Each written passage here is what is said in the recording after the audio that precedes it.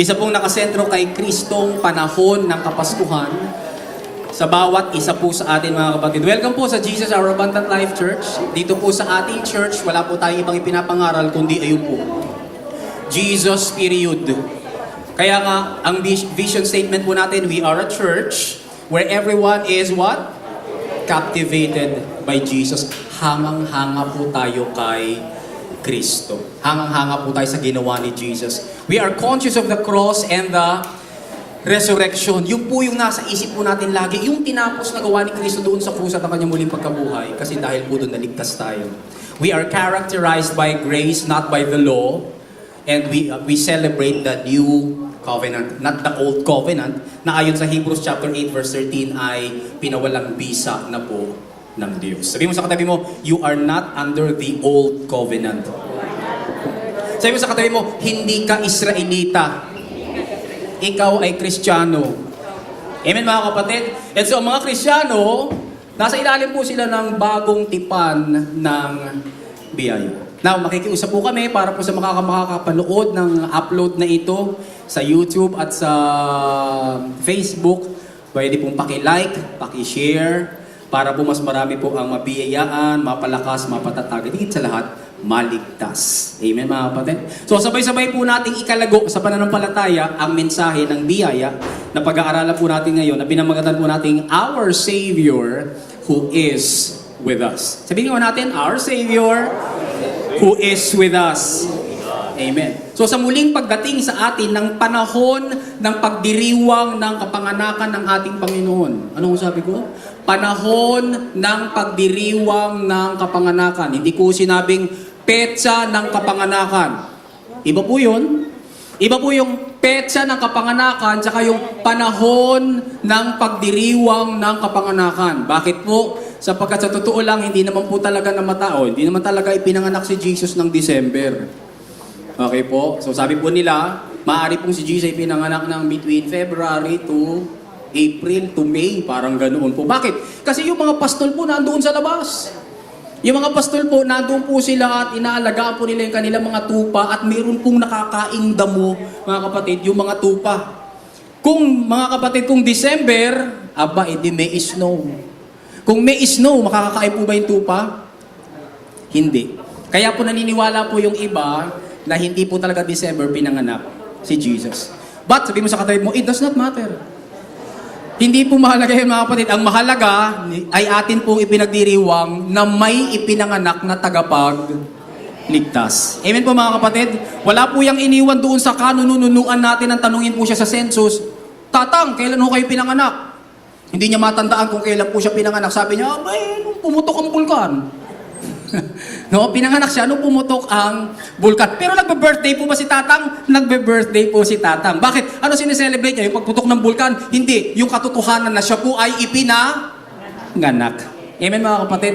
Ganon din po sa atin. Pinagdiriwang po natin yung panahon, no, ng kapanganakan ng ating Panginoon. Our Savior who is with us. Magpapaturo po tayo sa banal na Espiritu, papaalala po sa atin ng Holy Spirit, kung sino ba talaga si Jesus Christ. He is our Savior who is with us. Ready na ho kayo mga kapatid?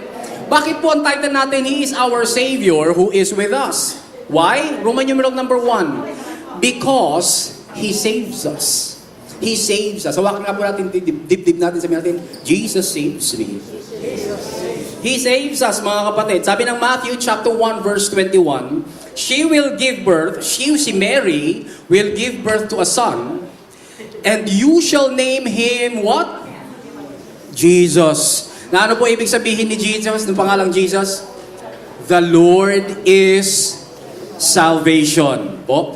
For He will save His people from their sins. Malino po sa verse na yan mga kapatid, that Jesus saves us. Na ang Panginoong Jesucristo, siya po ay nagliligtas o siya po ang tagapagligtas natin. You see, the word salvation, mga kapatid, is from the Greek word soteria. Na ang ibig sabihin po ay deliverance in the sense of being rescued. Sa Tagalog, pagliligtas upang makalaya. Parang ganito po yan mga kapatid. Meron pong ni-raid yung mga pulis at yung ni-raid po nila ay prostitution din, na binubuo po mga kapatid na mga kabataan na napuwersang maging mga prostitute. Kaya po nung pag-grade ng mga pulis, ano po nangyari sa mga kabataan? Napalaya po sila, naligtas po sila para sila po ay maging malaya. Ganon din po yung ginawa sa atin ni Jesus. No? Deliverance in the sense of being rescued. Niligtas tayo ni Jesus para tayo po ay makalaya. Si Jesus po ang tagapagligtas natin at tagapagpalaya mula sa mga kaaway natin. Malinaw po yan sa Luke chapter 1 verse 71. Si Jesus po ang tagapagligtas natin at tagapagpalaya mula sa mga kasalanan natin. Malinaw po yan sa Matthew 1:21. Binasa natin kanina. At si Jesus po mga kapatid ang tagapagligtas natin at tagapagpalaya mula po sa mga kasamaan ng kasalukuyang panahon. Galatians chapter 1 verse 4. Sino po naniniwala masama po yung panahon natin ngayon? Yes, Pastor, kasi uulan. Hindi po yun. Ibig sabihin po ng masamang panahon, mga kapatid, talagang naglipana na mga kapatid ang kasamaan sa mundong ito. No? Makaka-amen po ba kayo doon? Amen. O mas maganda yata, ouch. Kesa sa amen. No? Masama na po yung ating mundo. Pero salamat po sa Panginoon. Siya po ang tagapagligtas sa atin mula po sa kasalukuyang panahon na tagtag po ng kasamaan. You see, nung makita po ni Simeon ang sanggol na si Jesus, na dala-dala po ng kanyang mga magulang na sa Joseph, at saka si Mary sa templo, ito po ang sabi niya sa Diyos. Sa Luke chapter 2 verse 30. For my eyes have seen your salvation. Ano sabi ni Simeon? Yung matandang Simeon na nag-iintay po siya sa templo. For my eyes have seen your salvation. Tanong, sino nakita niya sa templo? Si Jesus. At nung makita niya si Jesus, buhat-buhat o karga-karga po ng mag-asawa, buhat-buhat ng mag-asawa, sabi ni Simeon, for my eyes have seen your salvation. Why? Because Jesus means the Lord is salvation. No? Ibig sabihin, si Jesus po mga kapatid yung personification. Si Jesus po yung pagkakatawang tao ng term na salvation. Bakit po? Para kasi sa marami sa atin, abstract po ang dating ng word na salvation. Pag sinabi mong salvation, hindi mo ma-imagine, ano nga ba yung salvation? Pero kapag inisa-isa po natin mga kapatid, no, at natutunan natin, ang pangalan pala ng salvation ay Jesus. At pag tinignan mo isa-isa, ni-research mo isa-isa, yung mabubuting ginawa ni Jesus Christ, no, nung siya po ay nagkatawang tao, para pagpalain at iligtas ang mga tao, ano-ano po yun mga kapatid? Abay, nagpagaling siya ng mga may sakit. Ang mga bingi ay nakarinig, ang mga bulag po ay nakakita, ang mga pipi po mga kapatid ay nakapagsalita, ang ketongin ay kuminis, nagkaroon siya ulit ng balat na parang sa sanggol, ang paralitiko po mga kapatid ay nakabangon at nakalakad. In fact, binuhat pa nga po niyo yung mat na dala-dala niya. No, nung hindi pa niya nakikilala si Jesus Christ, the mat was carrying the paralyzed person. Pero nung makilala na po niya si Jesus Christ, the healed paralytic was carrying the mat. Baliktad na. Sabihin mo nga sa katabi mo, kayang baliktarin ni Jesus ang sitwasyon mo. Amen mga kapatid? Dati po, tayo yung sinisipa-sipa lang na problema ng mga suliranin sa mundong ito. Pero, nung makilala na po natin si Jesus, natuto na po tayong magtagumpay. No? So, nagpalayas po si Jesus ng mga demonyo. Bumuhay po siya ng mga patay. Gumawa siya ng iba't ibang himala. Pag tinignan po natin yun mga kapatid, inisa-isa nating tingnan, nagiging malinaw po yung kahulugan ng word na salvation. Amen mga kapatid? Why? Kasi pag nakita mo si Jesus who is the personification at pagkakatawang tao ng salvation, sabihin mo, wow, ganun pala ang kaligtasan. Ang kaligtasan pala ay aalisin ako mula sa kadiliman, dadalhin ako sa kaliwanagan. Ang kaligtasan pala ay palalayasin sa akin ang lahat ng demonyo. Amen mga kapatid? Sabihin mo nga sa katabing Kristiyano mo, wala kang demonyo. Ayun pala, wala kang karga. Amen mga kapatid? Isipin mo natin ito mga kapatid, kung ikaw ay ligtas na, sino nakatira sa'yo? Ang Holy Spirit. Papayag po ba ang Holy Spirit na ang nakatira rin sa'yo, na medyo nag-i-squat sa'yo, si Taning? Hindi. Bakit? Sapagkat ang tawag sa'yo mga kapatid, ayon sa 1 Corinthians chapter 3 verse 16 and 6:19, you are the temple of the Holy Spirit. So hindi pwedeng makishare si Jesus Christ ng bahay niya. Saan? Sa mga demonyo. Amen? Kaya ulitin natin, wala kang karga. Praise God. Ano po? Tingnan mo yung katabi mo kung naglalaway. Hindi lang nag-breakfast yan. So, mga kapatid, pag tinignan po natin, naiintindihan natin, ayun pala ang ibig sabihin ng salvation. Ang salvation pala ay pagliligtas, pagpapagaling, pagpapalayas ng demonyo. Ang salvation pala ang dala ni Jesus Christ ay pagbibigay ng abundant life, pagbibigay ng bagong buhay, pagbibigay ng buhay na ganap at kasiyasiya. Si Jesus po kasi ang nag-iisang author ng kaligtasan natin. Acts chapter 4 verse 12, sabi po doon, salvation is found in no one else. Sabi nga natin, no one else. For there is no other name but the name of Jesus under heaven given to mankind by which we must be saved. Believe na po ba tayo mga kapatid na ang kaligtasan natin kay Kristo lang? It is only by the name of Jesus. Sabi ng Hebrews 5:9, in this way, God qualified Him. Sino yung Him? Si Jesus. Si Christ. As a perfect high priest. And He became the source of eternal salvation for all those who obey Him. Sino daw po si Jesus? Siya po ang high priest natin. At siya daw po ang source ng eternal salvation. Siya daw po ang pinagmulan. Siya ang bukal ng eternal salvation. Para kanino? For all those who obey Him. Tanong kapatid, have you obeyed Jesus? Sumunod ka na ba kay Kristo? Nanampalataya ka na ba kay Kristo? Nagtiwala ka na ba kay Kristo? Kung gayon kapatid, anong meron ka? Eternal salvation. Wag mo natin tanggalin yung eternal. Bakit po? Kasi maraming Kristiyano, naniniwala po sila ang salvation nawawala. Bakit po sila naniniwala ang salvation ay nawawala? Kasi nga believe po sila sa sarili nila. Kaya kapag hindi po sila nakapag-praise and worship, sabihin nila, malayo sa akin ang Diyos. Kapag hindi po sila nakapagbasa ng salita ng Diyos o hindi nakapaghaba ng salita ng pagbabasa ng salita ng Diyos, sabihin nila, parang nagtatampo sa akin ang Diyos. Baka mawala ang aking kaligtasan. Tapos gagamitan pa ng mga talata, mga kapatid, doon sa Revelation, mga kapatid, na ang pangalan mo ay papawiin sa aklat ng buhay.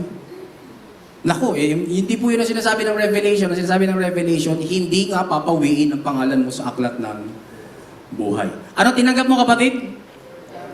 Eternal salvation. Pag eternal ba, nawawala? Kasi pagka eternal, tapos nawawala yan, sino sinungaling? Sino po sinungaling, mga kapatid? Si God, siya po nangako For God so loved the world that He gave His only begotten Son, that whoever believes in Him will not perish, but what? Will have what? Gaano kahaba, mga kapatid? Eternal life. Sino po nagsabi niyan? Ang salita ng Diyos, pangako ng Diyos. Eternal life ang tatanggapin natin. Therefore, palakpakan nga po natin si Lord, hindi nawawala yung kaligtasan natin. Hindi po nawawala. Siya po yung source ng eternal salvation. Bakit hindi nawawala? Kasi nakabatay sa tinapos niyang gawa. Hindi sa iyong gawa. Hindi sa iyong performance. Bakit naman nakabatay sa kanyang gawa? Kasi nga siya ay Diyos na mapagbiyaya. Hindi po siya Diyos na mapagbantay ng iyong kakapusan. At pag hindi papaluin kita, hindi po ganun si God, mga kapatid. Siya po ay mapagbiyaya. Hospital po, mga kapatid, ang sanlibutan. Tahanan po ito ng terminally ill. Kahit gaano pa po kabuti ang tingin natin sa sarili natin, kamatayan po ang end result natin pong lahat ng mga makasalanan. Malino po yan sa Romans chapter 6 verse 23. Pero ang mabuting balita ay pwedeng hindi maging death ang kahihinatnan natin. Ang mabuting balita ay pwedeng hindi kamatayan ang dulo nating lahat. Bakit? Ano sabi ng John chapter 3 verse 17? For God, ito po yung susunod sa 16 na memorize natin. Maganda idamay na rin po natin to in memory. For God did not send His Son into the world to condemn the world. Tanong, kakondem-condemn ba tayong lahat? Mga kapatid, tayo po bang lahat ay kahatol-hatol? Yes. Kahatol-hatol po tayong lahat. Bakit? Sapagkat, ayon po sa Psalm 51 verse 5, pinanganak po tayong lahat ng makasalanan. We are all sinners. Therefore, ang default destination po natin, mga kapatid, is hell. Wala nang usapan yon. Kung hindi ka maliligtas sa mundong ito, hell ang iyong default destination. Doon ang punta mo. Pero pansinin po natin, mga kapatid, nung magpadala po ang ama ng kanyang anak, hindi niya sinabing, anak, kondinahin mo silang lahat. Hindi sinabi ng ama, anak, hatulan mo silang lahat. Padala mo ng kidlat. Bumuka ang lupa para kainin silang lahat ng lupa. Hindi po, mga kapatid. Sabi doon, God did not send His Son into the world, nandun tayo sa world, to condemn the world. But to save the world through Him. Praise God. That is why we celebrate Christmas. That is why tayo po, pinagdiriwang po natin na may ipinanganak na tagapagligtas na pangalan ay Jesus, sapagkat naparito siya hindi para hatulan tayo, naparito siya hindi para kundinahin tayo, mga kapatid, naparito siya para tayo po ay iligtas. Sabay-sabay nga nating basahin ito. 1, 2, ready, read. Mabuting balita.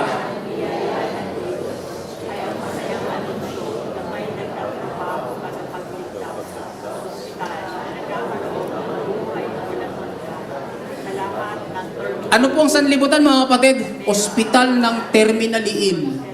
Pero salamat po sa Panginoon, sa ospital na ito ay mayroong pong nagtatrabahong tagapagligtas.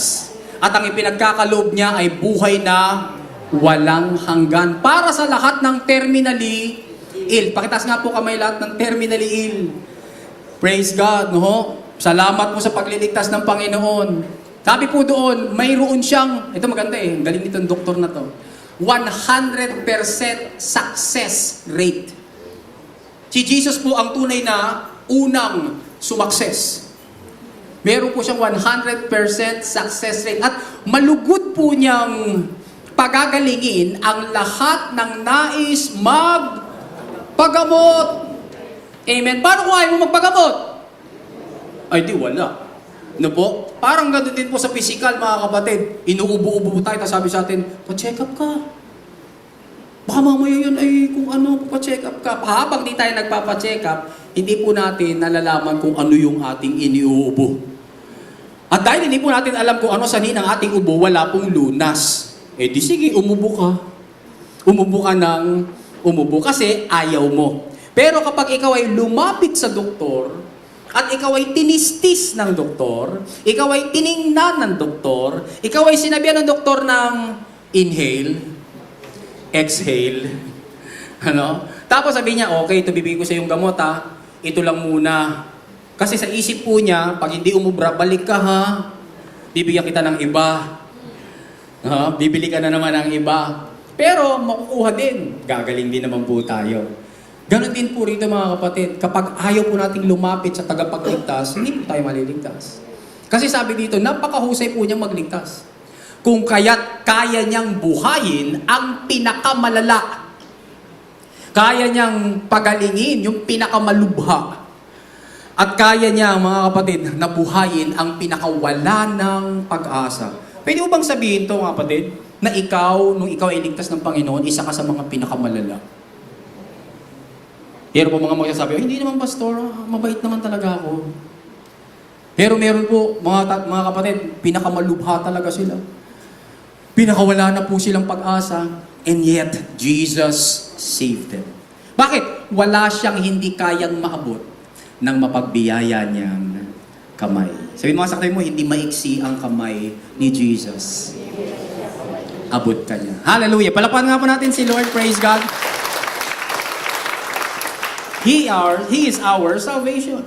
Sinasabi po ng man-made religion na kaya ng isalba ng tao ang kanyang sarili.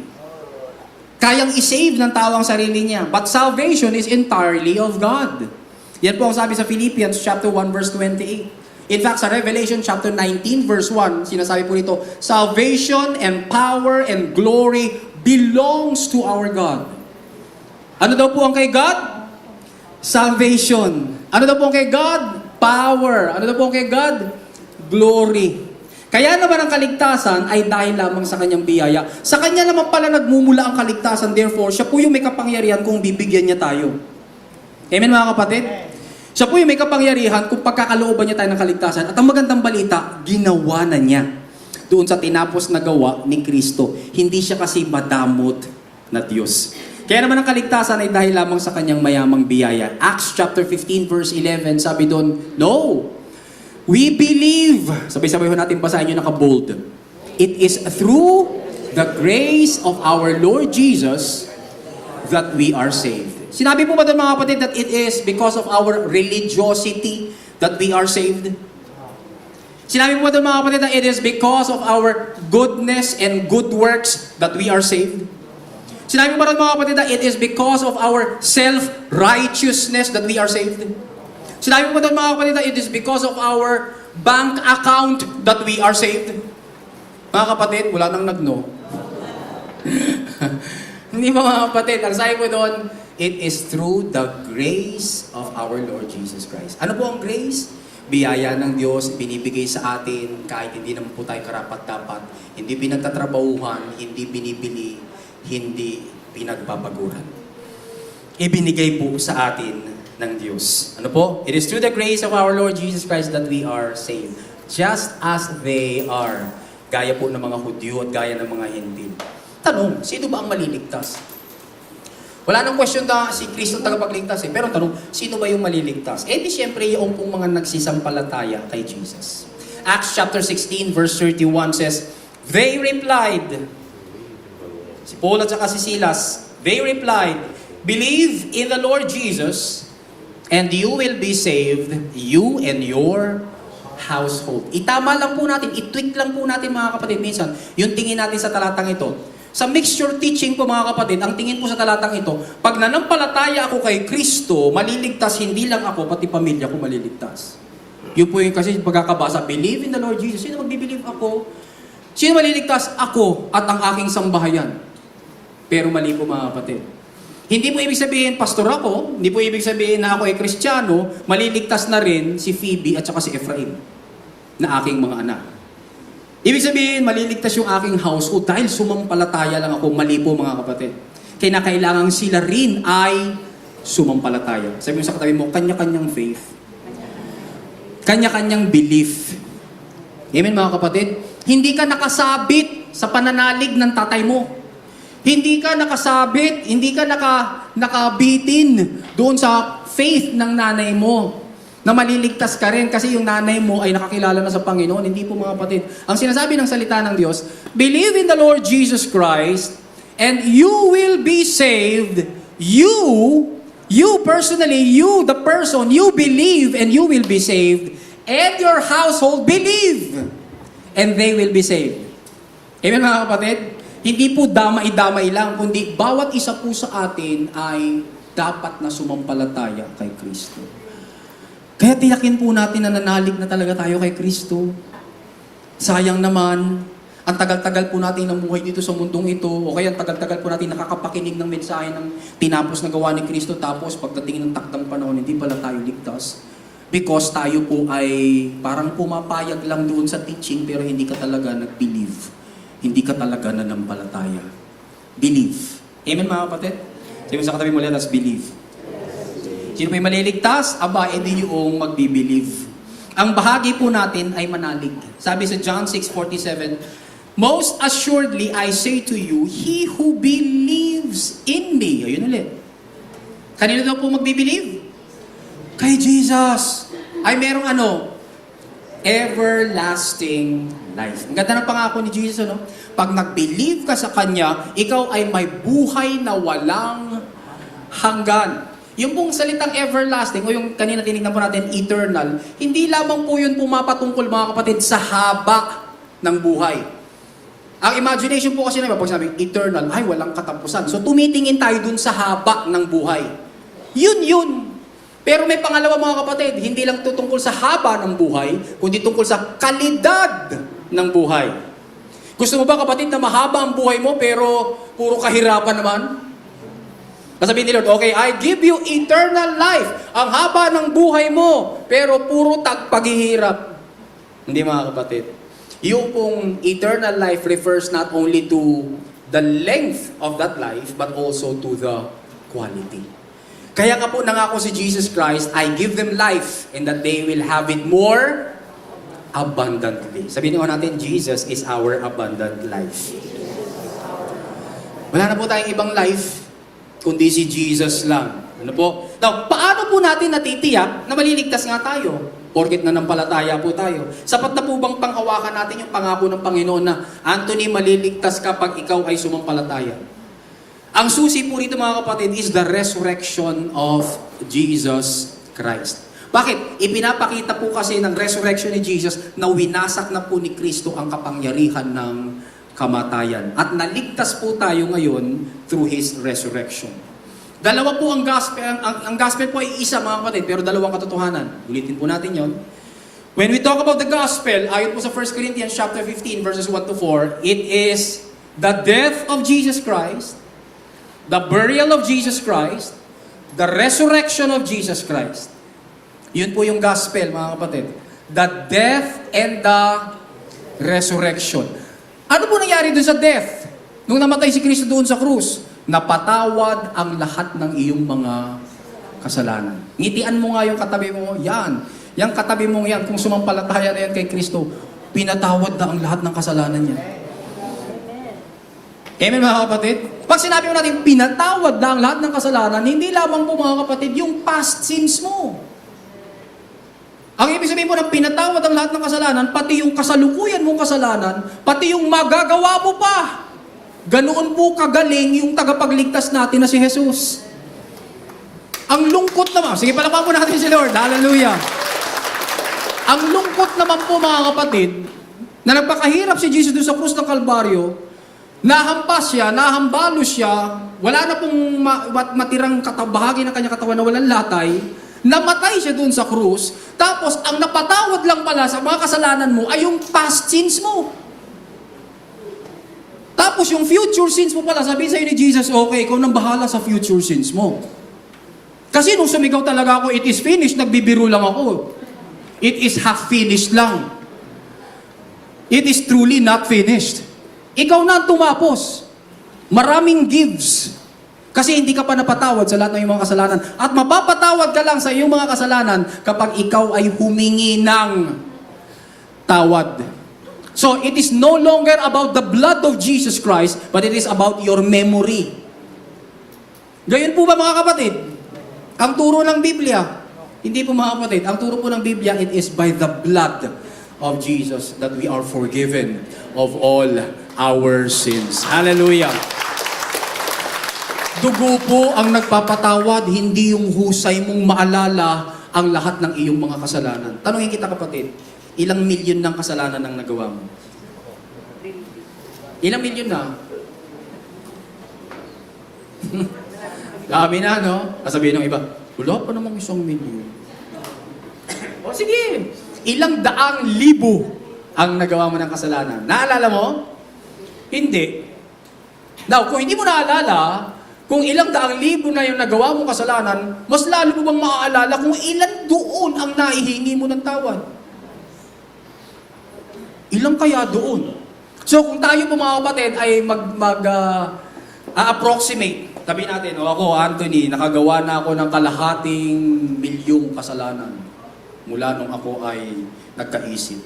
Tapos ilan doon ang inihingi ko ng tawad? Kalahating milyon din kaya o mas mababang number? Mga kapatid, mas mababang number. Bakit mas mababang number? Kasi nalimutan mo. Kung ang pagpapatawad ng Diyos ng kasalanan ay dahil sa husay ng iyong memory, wala pong papasok sa langit. Pero kung ang pagpapatawad ng Diyos, sabi ng Ephesians chapter 1 verse 7, in Him we have redemption, the forgiveness of sins because of His blood. Amen mga kapatid? Dahil sa dugo ni Kristo, meron po tayong katubusan. Kaya dun po tayo tumingin sa tinapos na gawa ni Kristo.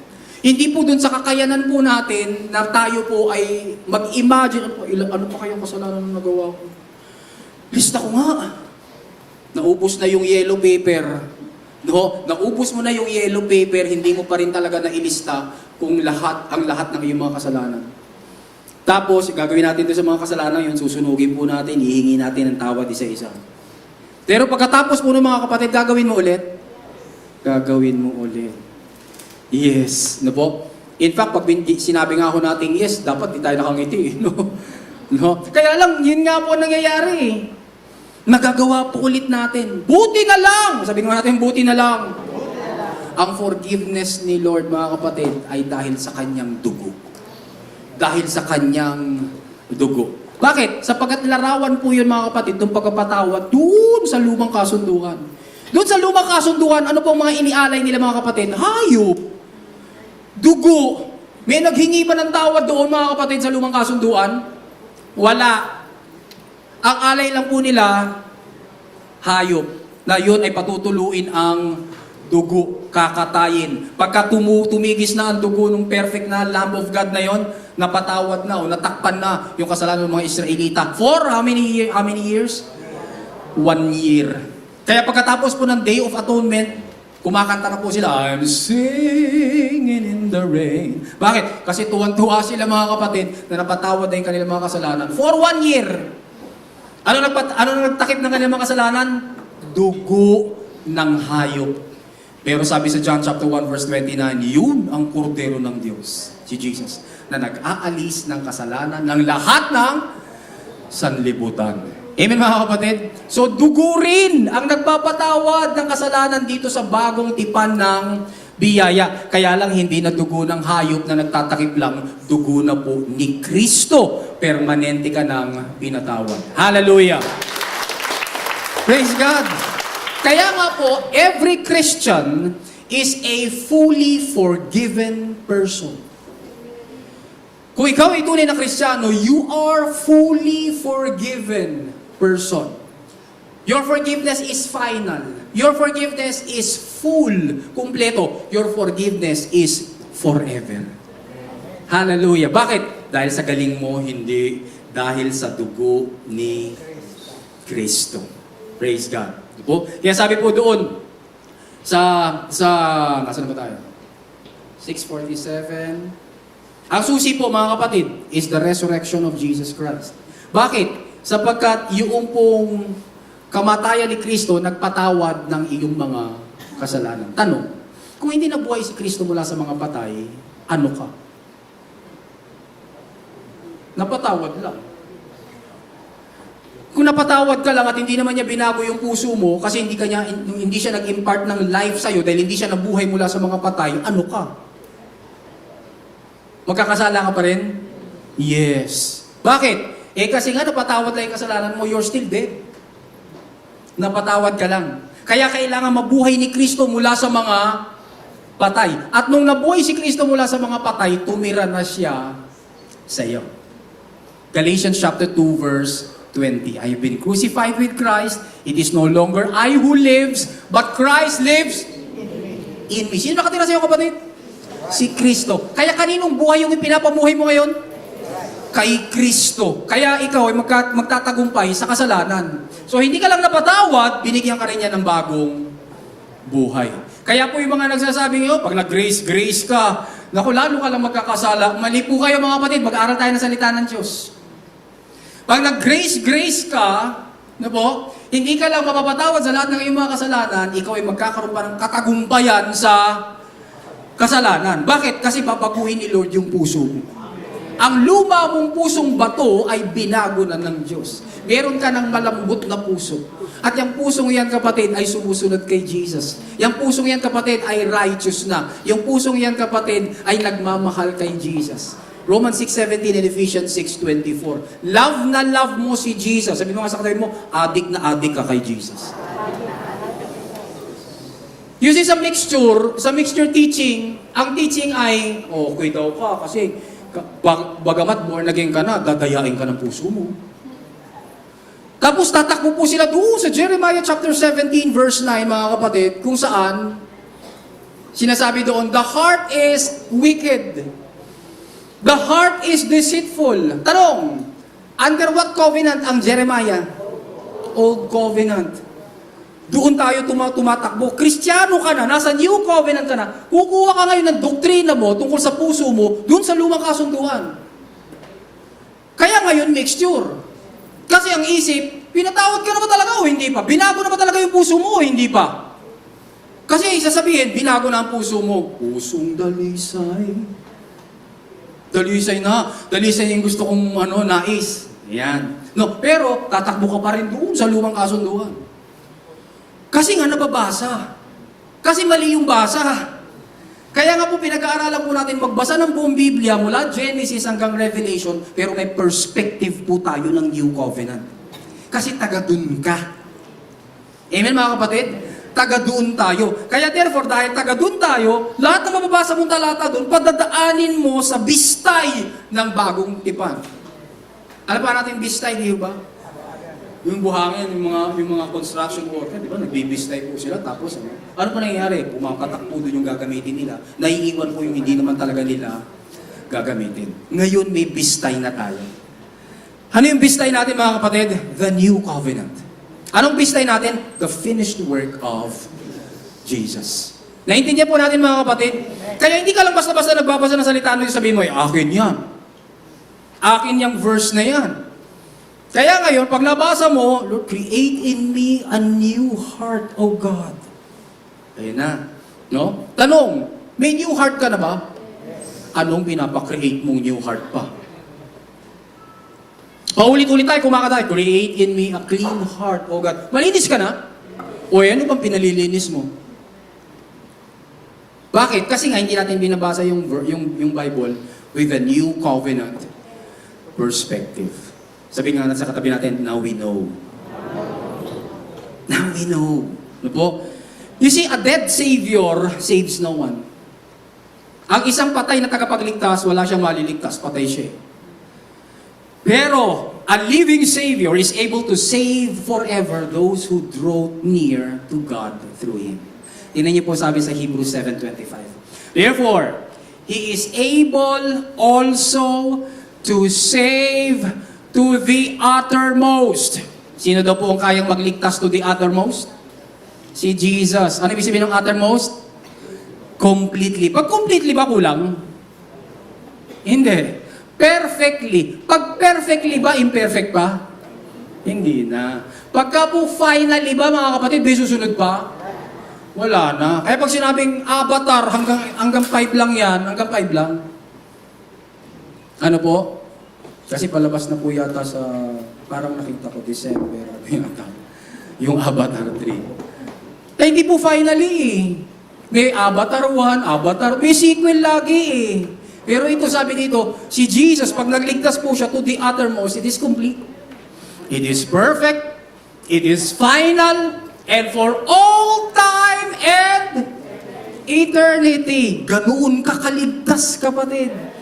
Ay, dahil ba sa galing mo? Magrelihiyon, hindi kapatid.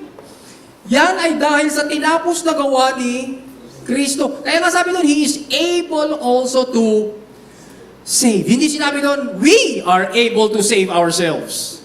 Hindi. Sabi doon, Jesus is also able to save to the uttermost. And for all time and eternity. Sino? Those who come to God through Him. Tanong, have you come to God through Jesus? Lumapit ka na ba sa Ama sa pamamagitan po ni Kristo na nagsabing, I am the way, the truth, and the life? Si Kristo lang ba talaga yung daan mo, kapatid? May iba ka pang dinadaanan. Yung sabihin ng iba, pare-pareho lang naman yung papunta lahat sa Diyos. Dito lang ako dadaan, diyan ka rin dadaan, magkikita rin tayo doon. Sino nagsabi sa iyo? Na pare-pareho ang daan. Malinaw, Jesus said, I am the way. Hindi sinabi ni Jesus, I am a way. Sabi ni Jesus, I am the way. At bakit naman kaya tayo iligtas ni Jesus, mga kapatid, to the uttermost? Since, tuloy po natin, He is always, what? Living. Sabi mo sa katabi mo, buhay si Jesus. Yes, namatay po siya, pero ilang araw lang po siya namatay, mga kapatid. 3 lang. And after 3 days, nabuhay na po ulit si Jesus Christ. And sabi doon, He is always living. It is in the present tense. It is in the now. It is a present reality. He is living. And He is always living to what? To make petition to God. Alam mo ba pinapag-pray ka ni Jesus? Alam mo bang mas magaling mag-pray si Jesus sa'yo kaysa sa'yo? Amen mga kapatid? Samantalang nung nandun po tayo sa nagre-relihiyon pa, kagagaling po natin mag-pray. Lahat ng panalangin, lahat ng istampita, lahat po ng pagluhod, lahat po ng gagawin, parang galing nating mag-pray. Pero kapos mga kapatid. Sapagkat sino lang ang magaling manalangin? Si Jesus. He makes petition to God and intercede with Him and intervene for them. Praise God. Palakpakan nga po natin ang tagapagligtas natin ito. Hallelujah! Tanong, lagi ka bang nagpe-pray? Hindi. Pero kahit hindi ka nagpe-pray lagi, may nagpe-pray ba lagi para sa'yo? Sino yun? Si Jesus. Kaya nga nung tumatawid ka sa kalsada, puyat ka. Hindi ka na nga nakatingin sa left and right. In fact, ang tinignan mo muna, right and left. Pero hindi ka nasagasaan. Kaya nga nung tumusok ka ng fishbowl, dahil nagkikrave ka ng fishbowl, kahit na nung kainin mo, medyo maasim na yung fishbowl, pero natabunan pa rin ng masarap na sauce ni Manong, hindi sumakit ang tiyan mo. Somebody is praying for you. May nananalangin para sa'yo. Kaya nga kahit akala mo, wala nang parukyano, wala nang darating na customer, kasi mag-aalas 4:59 na. Pero may kakatok pa rin, bukas pa ho kayo. Pwede ba ho? Pwede. Pwede pa akong magpakabit ng aircon para sa 4 na sasakyan. Pwede. Bukas kami, hindi kami nagsasara hanggang alas 5. Hanggang alas 7 nga kami. Bakit ka mga kapatid? Bakit minsan may mga biyaya po tayo, may mga pagpapala po tayong tinatanggap na akala mo galing sa'yo, pero hindi galing sa'yo. Magtataka ka na lang, sasabihin mo na lang, ba't nagkaganon? Bakit natanggap ko pa rin yung grade na yun? Di naman ako nakapag-aral. At hindi naman ako nangopya. Pero nakachamba ako. Why? Because somebody is praying for you. Bakit nakapag-park kami sa dami ng mga tao? Sa dami po ng mga nagpa-park. Bakit nakapag-park ka? Because somebody is praying for you. He is intervening for you. Sabi mo sa katabi mo, ganun ka-love ni Jesus. He always lives. Kaya nga po mga kapatid, namatay siya para mapatawad ang lahat nating mga kasalanan, pero nabuhay siya and nananatili siyang buhay habang nakatira siya sa iyo. Amen mga kapatid? He is always living. Now, tanong, is everyone saved? Napag-usapan na po natin, Jesus saves. Napag-usapan na po natin, pag nanampalataya tayo, maliligtas tayo. Tanong, is everyone saved? Yes or no? No. Sabi kasi ng iba mga kapatid, the whole world is saved. Kaya nga ipinapalagay agad ng mga namatayan na yung namatay po nilang mahal sa buhay, pupunta sa langit. Kaya nga pag namatay mga kapatid, kasabihin ka agad ng mga mahal nila sa buhay, alam niyo po ang aming ama, nasa langit na po siya. Nasa piling na po siya ng Panginoon. Pero pag tinanong mo, sumampalataya kaya yung tatay niya sa Panginoon? Pag hindi sumampalataya, kasi nakita na po natin, he who believes is saved. But therefore, hindi po lahat ligtas. Hindi po lahat mga kapatid, dapat ipalagay na pupunta sa langit pag namatay. Pero kung totoo ito mga kapatid, bakit sinabi ni Jesus Christ sa John chapter 10 verse 9, I am the gate. Whoever enters through me will be saved. They will come in and go out and find pasture. If everyone is saved, if everyone is ligtas mga kapatid, hindi na kailangan sabihin ni Jesus, no? Hindi na kailangan sabihin ni Jesus Christ na may gagawin kang pagpasok sa gate. Sino papasok mga kapatid? Sino papasok? Ikaw. Sino magdi-decide na pumasok? Ikaw. Di ba mga kapatid? Sino nagdi-decide na kumain? Ikaw. Pag tinawag ka na ng nanay mo, oy, kain na! Luto na! Sino magdi-decide? Ikaw. Oy, mag-church na tayo! Punta na tayo sa Jesus Our Abundant Life Church. Punta na tayo. Sino nag-decide? Ikaw, hindi naman po kami. Ikaw. So, sino ang magdi-decide mga kapatid na pumasok sa gate? Ikaw. Paano kung ayaw mo pumasok sa gate?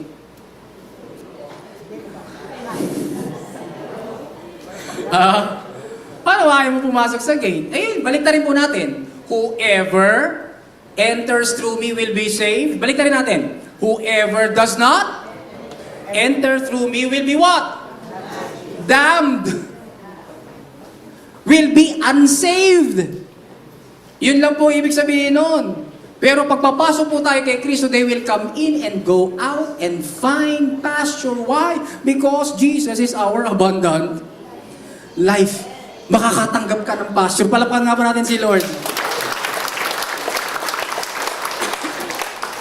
So kailangan po mga kapatid, desisyon ang pumasok sa gate. Sino ang gate?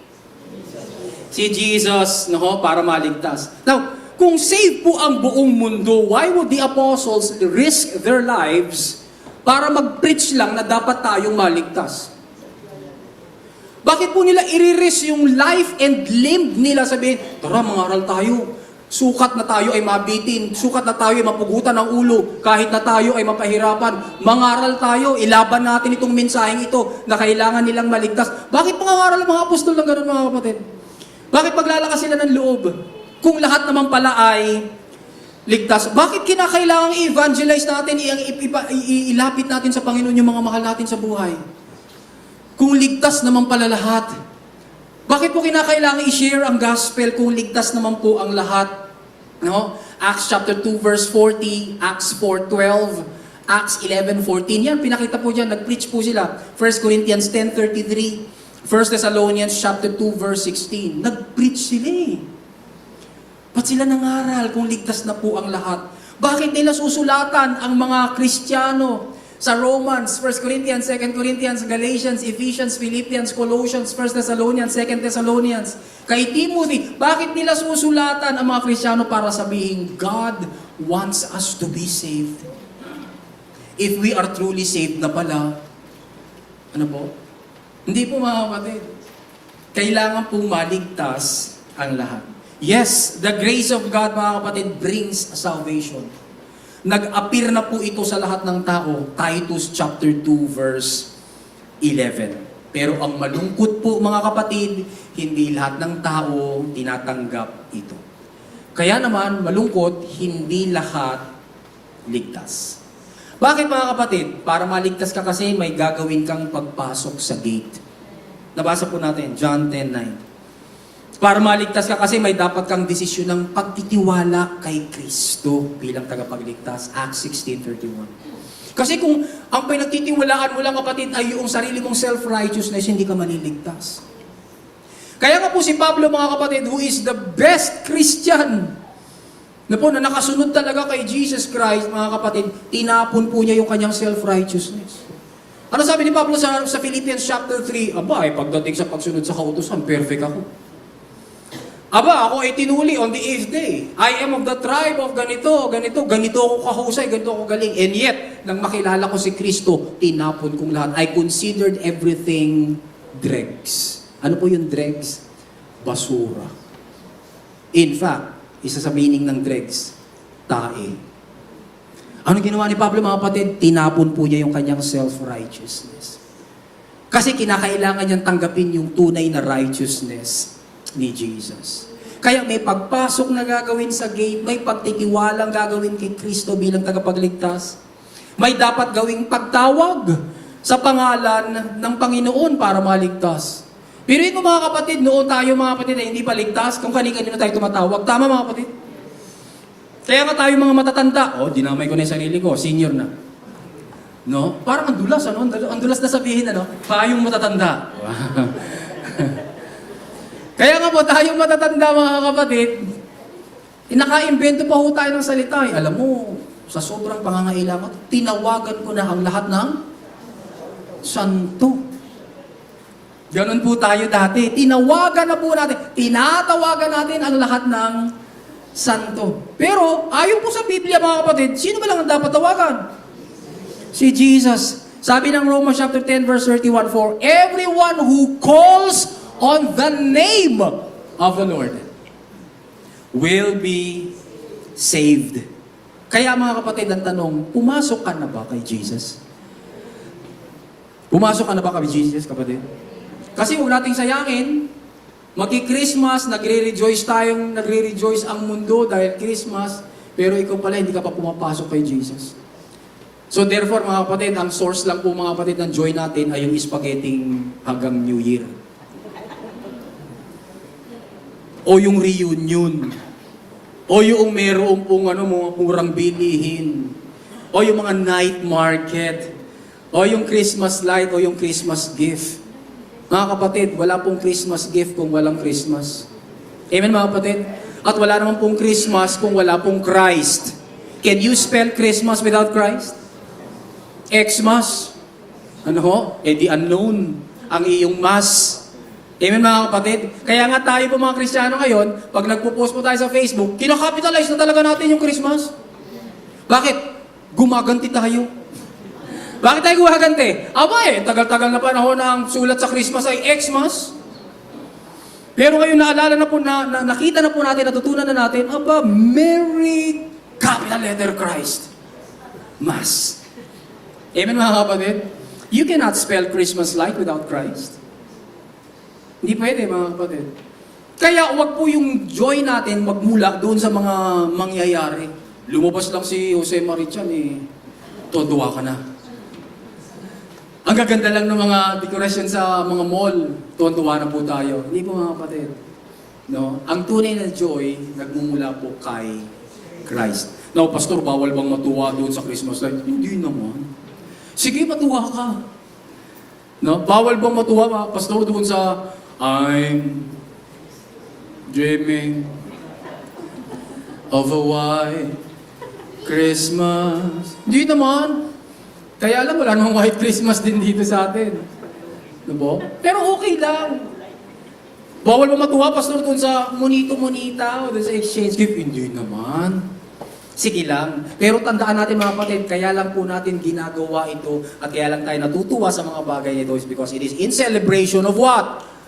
Of the birth of our Savior, Jesus Christ, who gave us what kind of life? Eternal life. Palakpakan nga po natin si Lord. Amen? At kapag tunay kang naligtas, kapatid, dahil kay Kristo, you are eternally saved. I-settle na po natin sa isip natin yan mga kapatid. Why? Because God doesn't do half jobs. Ang Diyos, hindi po siya nagtatrabaho kalahati lang, gaya ng mga kasama natin sa bahay. Nahugasan mo na ba yung mga plato? Opo! Nahugasan na po! O ba't may sabon pa? Si ano naman po ang magbabadlaw? Ano? Nasabon ko naman. Natiklop mo na ba yung mga pinagdaan mo? Opo! Natiklop ko na! Ba't nakakalat pa? Sila naman na magpapatas. Puro half job, mga kapatid. No? Si God, pag sinabi ni God, I will save you, He completes it.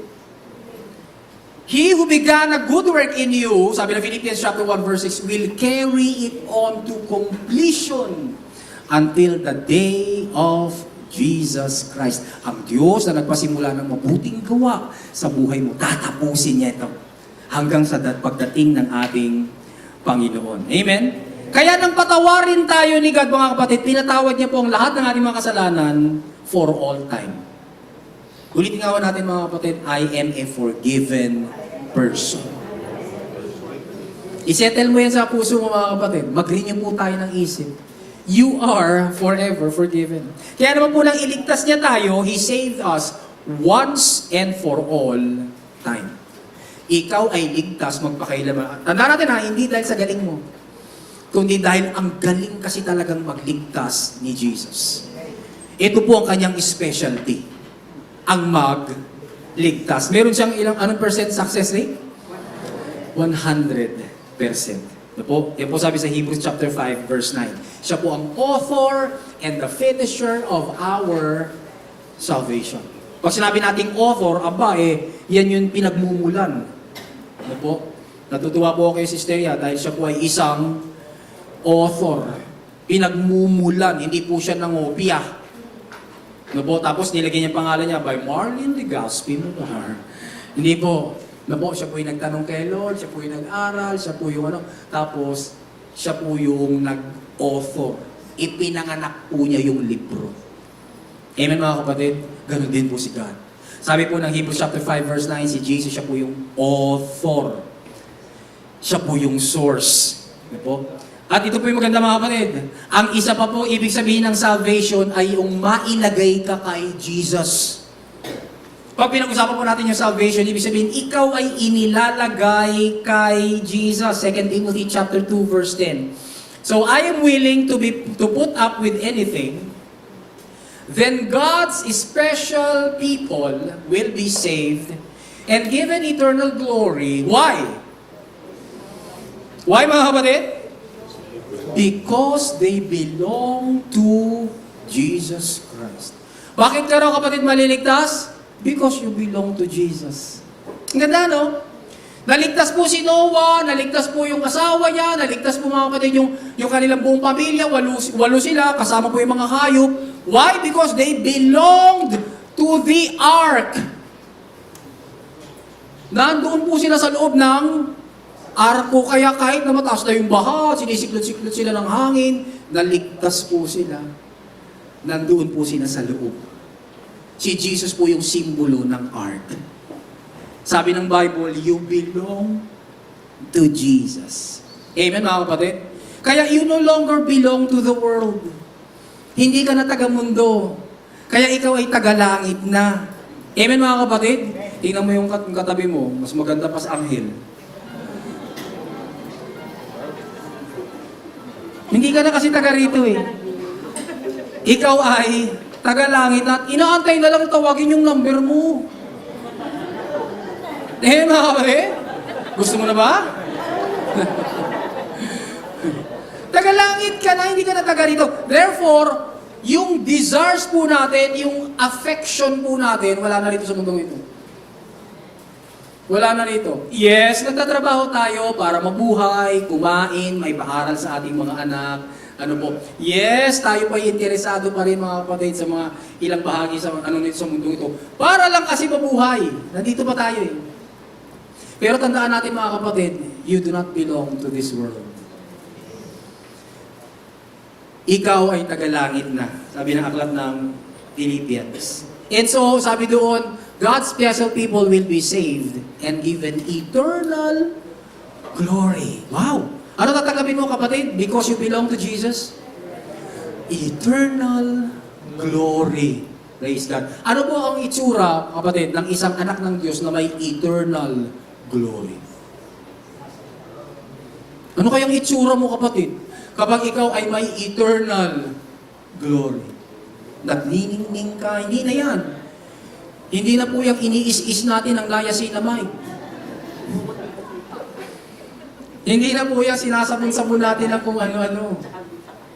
Amen? Bakit? Sapagkat ang bibigay po sa atin ng Panginoon, salvation. All because, tandaan natin mga kapatid, all because we belong to Jesus. Kaya papasok ka sa gates ng heaven, kapatid, biyaya. Salamat po, Panginoon, na kahit na po ako po ay imperfect habang nandun ako sa lupa.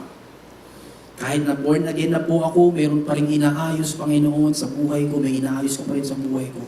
At nang kunin mo ako, Panginoon, hindi naman po ako ay kiniskis mo bago ako makarating dito sa langit. I came here just as I am. Saved not because of what I did.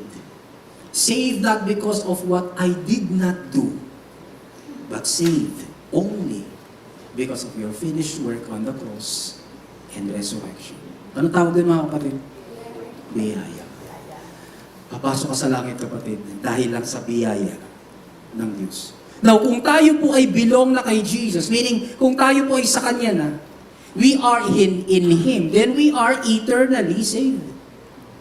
Ligtas po tayo. Dahil kaisa na po natin si Jesus, anuman ang future ni Jesus, yun din ang future mo. Paano ko po i-explain? Para po sa mga mag-asawa. Nung hindi pa ako kayo mag-asawa, magkahiwalay kayo ng future.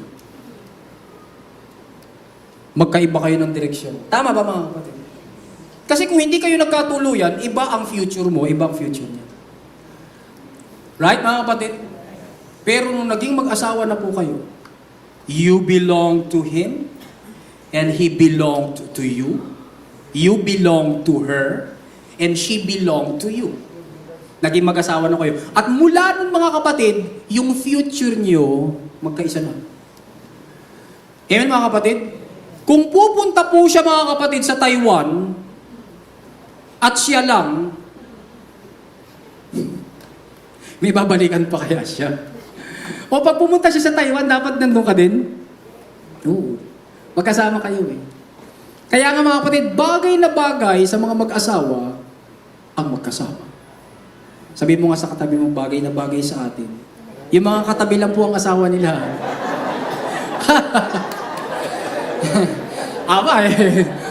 Bagay na bagay po sa atin. No? Yung magkasama.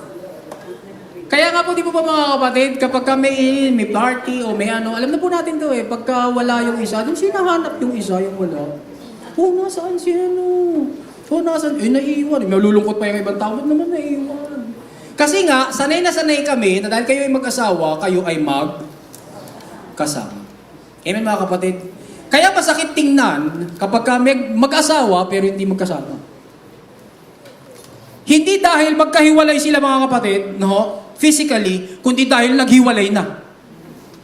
Naiintindihan niyo po mga kapatid? May mga kapatid po tayo nasa abroad yung asawa niya, okay lang kasi magkikita po yan mamaya.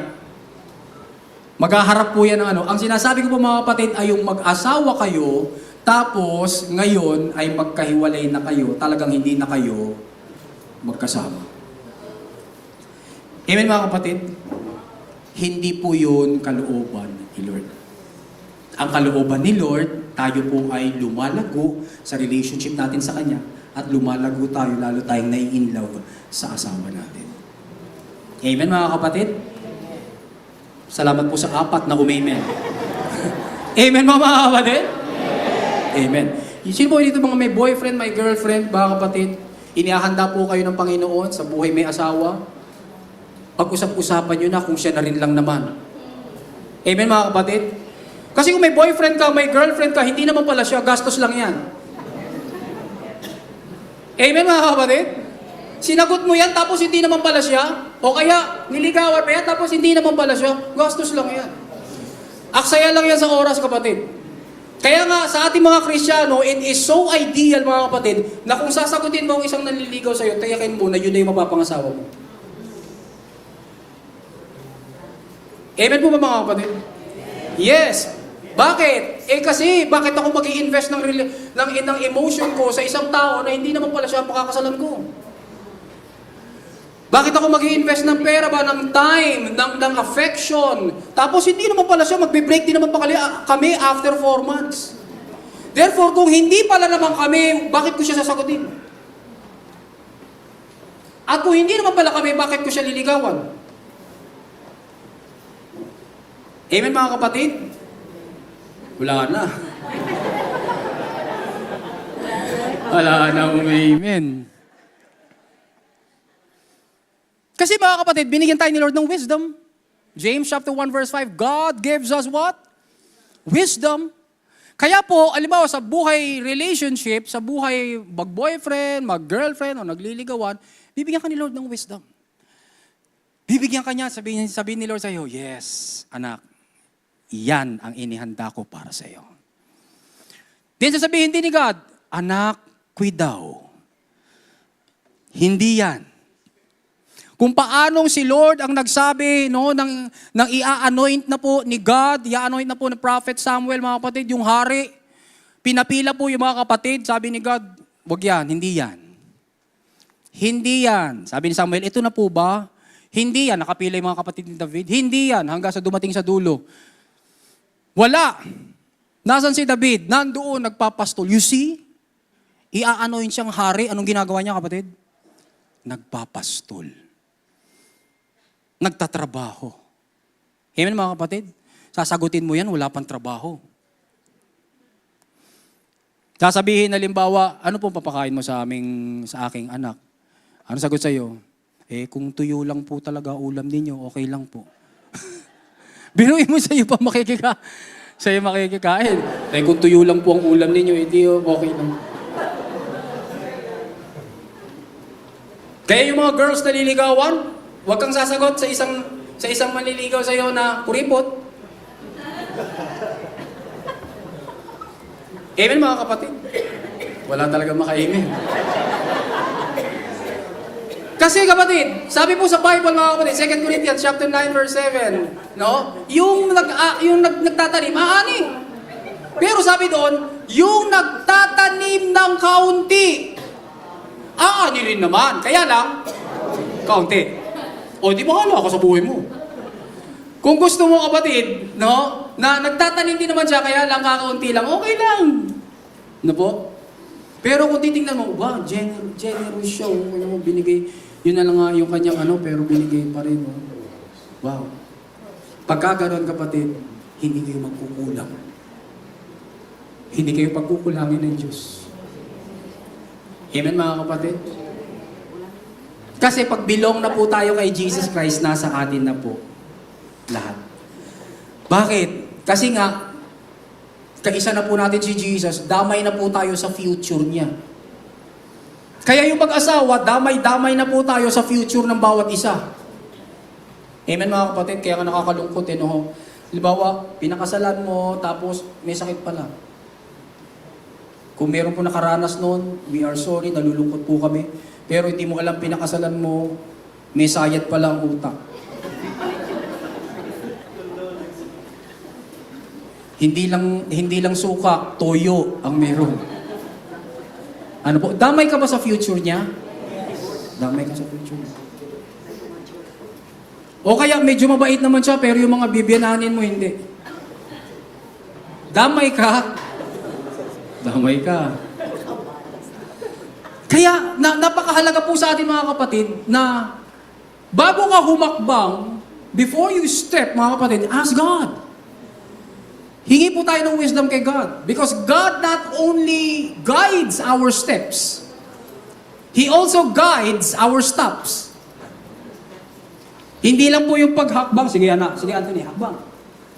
Siya rin yung nagsasabi ng stop. Op, wag dyan. Dito. Op, wag dyan. Dito. Kasi damay na po tayo sa isa't isa. Ganun po tayo kay Jesus. Kaya yung future ni Jesus, maganda po ba future ni Jesus?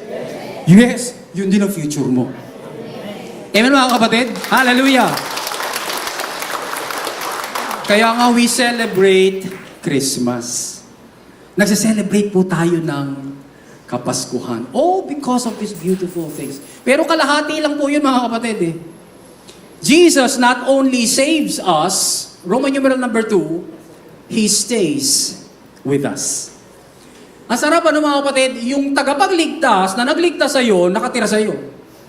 Nananahan sa iyo. Ito yung sabi dito, Matthew 1:23, the virgin will conceive and give birth to a son, and they will call him what? Emmanuel. Ano ibig sabihin po na Emmanuel?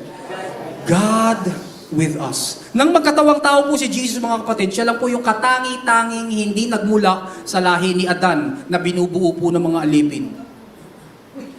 Mula kay Adan hanggang dun sa lahat na sumunod sa kanyang mga tao, kasama na po tayo, lahat po tayo lahing alipin. Si Jesus nasa labas po ng lahing yon. Kasi siya po ay hindi alipin. Yes, He was born of a woman, pero tagalangit po siya. At dahil tagalangit siya, dito kasi sa mundo, meron ditong law of sin and death. Hindi napabilang si Jesus sa law of sin and death. Tingnan niyo po sabi ni Jesus. John chapter 8 verse 23. But He continued, you are from below. I am from above. Taga saan daw si Jesus mga kapatid? Above. Taga saan daw tayo? Below. You are of this world. I am not of this world. Sino pong kausap dito ni Jesus mga kapatid? Yung mga Hudyong hindi pa ligtas. Amen? Kasi sabi ko kanina, tayo po, taga saan na? Taga saan ka na kapatid? Sumampalataya kay Kristo. Taga langit ka na. Taga below ka pa rin ba? Hindi na. Pero yung kausap niya rito, puro taga below. Hindi pa sila ligtas. Kaya sabi ni Jesus, I am from above. You are of this world. Hindi sinabi ni Jesus, you are in this world. Hindi sinabi ni Jesus, ikaw ay nakatungtong sa mundong ito. Hindi. Sabi ni Jesus, you are of this world. ang source mo itong world na ito. I am not of this world. Sa paglipas po ng kasaysayan, mga kapatid, marami po ang nagpanggap, mga kapatid, na Savior. Nangako po sila ng freedom, pero lahat po sila slave to sin. Kaya hindi talaga tayo kayang iligtas ng mga politiko. Bakit? Sapagkat alipin din sila ng kasalanan. Amen, mga kapatid? Hindi na nga, ito malungkot, hindi na nga nila tayo kayang iligtas, hindi pa nila kayang papabutihin ang buhay natin kung gagawin lang sana nila yung kanilang trabaho. Amen po, mga kapatid. Kung gagawin nyo lang po sana yung trabaho ninyo,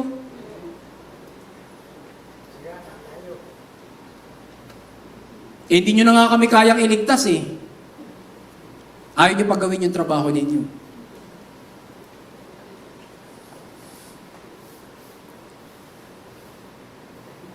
They could not save anyone. Kasi kapag tinubos ka ng isang alipin, magiging alipin ka rin nung amo niya. Ibig sabihin, alipin ka pa rin. Kasi alipin siya. Kailangan po natin ng tagalabas. Yung hindi alipin, para iligtas po tayo. And Jesus is that free man. Si Kristo po yung malayang taong yun. Kung napanood niyo po yung Matrix, mga kapatid, kumbaga, nandito po tayo sa Matrix. Kailangan po natin ng Neo. Si Keanu Reeves. Si Neo, tagalabas ng Matrix. At para makalaya ka sa Matrix na ito, kailangan i-unplug ka. Ganon si Jesus. Hindi siya taga dito, pumasok siya dito para i-unplug po tayo na mga makasalanan. At pag sumampalataya tayo sa Kanya, maliligtas po tayo. And after He saves us, He stays with us. Ano po yung mga biyaya, mga kapatid? Dahil nakatira na po sa atin si Lord. A, we have peace and assurance. May kapayapaan po tayo. Dahil kasama natin ang Diyos, meron tayong kapayapaan na hindi kayang ibigay ng mundo.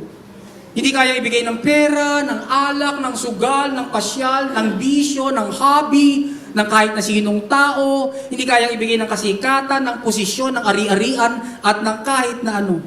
Alam po natin hindi tayo nag-iisa. Sabi sa Philippians chapter 4:6-7, yung kapayapaan ng Diyos na hindi kayang unawain ng tao, nagbabantay po sa puso natin at sa isip natin. We have peace and assurance. Kaya nga, mga kapatid, nung na-born again ka, pumogi ka, gumanda ka, nabawasan yung stress mo, at ngayon tinuturuan ka ni Lord para wag ma-stress. Bakit? Sino na nakatira sa'yo? The Prince of Peace. Jesus is the Prince of Peace. Ngayon, hindi ka na masyadong aligaga. Of course, natitigagan ka pa rin minsan. Natataranta ka pa rin minsan. Pero natututunan mo na kung paano mamahinga kay Kristo. Natututunan mo na, kapatid, na kahit na parang wala, pero alam mo, kay Kristo meron. Amen, mga kapatid? Kaya no pressure. Hindi mo pinipressure yung sarili mo, hindi mo rin pinipressure yung mga anak ha, dapat honor ha, honor. Hindi, kapatid. Hindi mo na sila bakit? Kasi nga, alam mo, si Lord naman ang kumikilos din sa kanilang mga buhay. Alam mo, si Lord naman ang may hawak ng kanilang buhay. Kaya may peace po tayo, meron po tayong assurance. Let there be. Ano meron tayo, mga kapatid? Because He stays with us. We have strength and perseverance.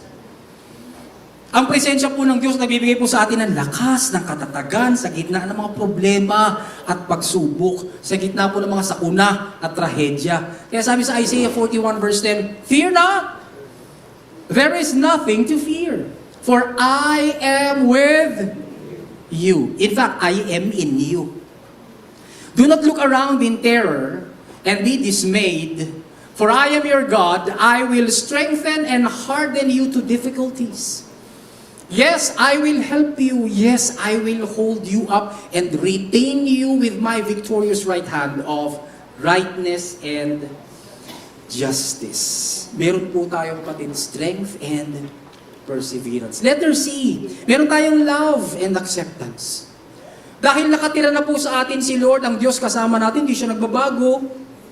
Patuloy siyang nagmamahal sa atin, patuloy niya po tayong tinatanggap ng lubos. At sa pamamagitan po ni Kristo, tayo po ay ganap na tinatanggap, tayo po mga kapatid ay minamahal ng Diyos. Ephesians 1:6.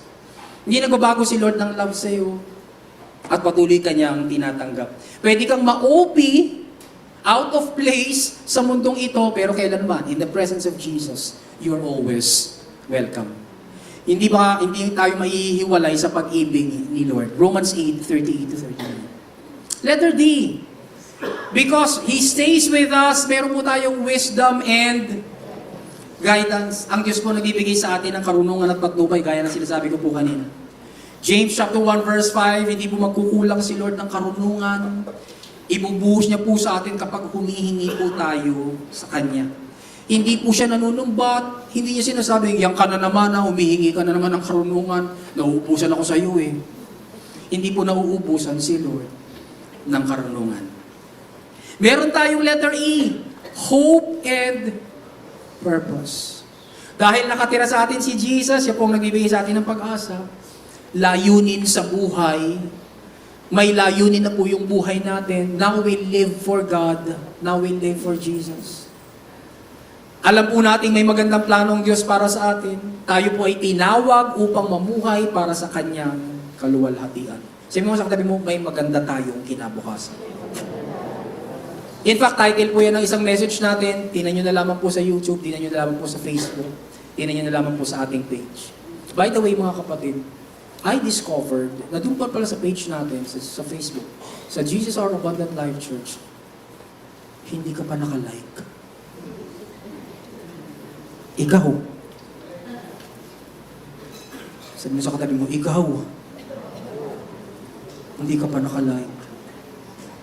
Biri mo, na-share mo na lahat ng post doon, pero hindi ka pala nakalike. Hindi mo pala like. Pakicheck pa mga kapatid. Baka ikaw yung sinasabi ko.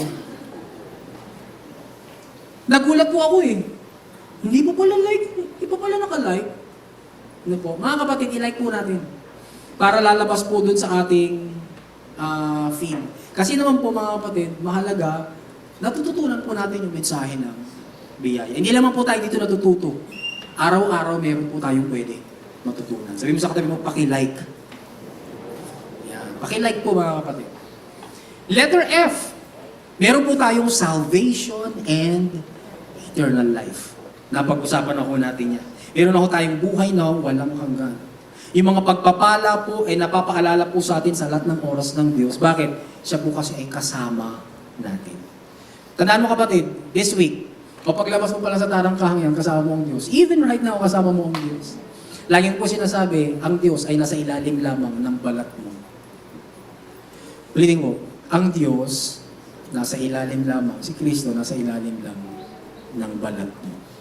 Nasa puso mo siya. Kasama mo siya. Hindi ka niya iiwan. Hindi ka niya pababayaan. Sarap mamuhay ano, ng ganun po mga kapatid. This is the reason why we celebrate Christmas. Bakit? Kasi may tagapagligtas tayo. Pangalawa, itong tagapagligtas na ito, na kung magligtas ay todo, na kung magligtas ay walang pagbabago, na kung magligtas ay forever, na kung magpatawad ay forever, nakatira sa atin.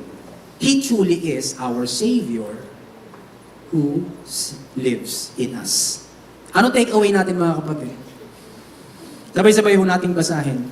We greatly praise, passionately love, and wholeheartedly serve Jesus. Why? Because He saved us forever and stays with us permanently and perpetually. Palakpakan nga po natin ang Panginoon. Thank you, Lord Jesus. Thank you, Jesus. Panginoon, maraming salamat po sa mga katotohanan ito. Salamat po, anuman po ang aking kakapusan, kakulangan sa pagpapaliwanag. Ikaw na po ang tumapos ng mensaheng ito sa puso ng mga mahal kong kapatid. Habang nakaupo po kami, o kung kami po ay kauwi na, kung kami po ay isang pamilya, mapagkwentuhan po namin, palabasin mo po, Panginoon, ang mga malalalim na kapahayagan na kung paano mo kami iniligtas at pinananatiling ligtas. Hindi po dahil sa aming husay at galing, kundi dahil ikaw talaga ang magaling. You are the great shepherd of the sheep. Kapatid, kung narito ka, o kung napapanood mo ang video upload na ito, kung kailanman, nasaan ka man, anong oras man.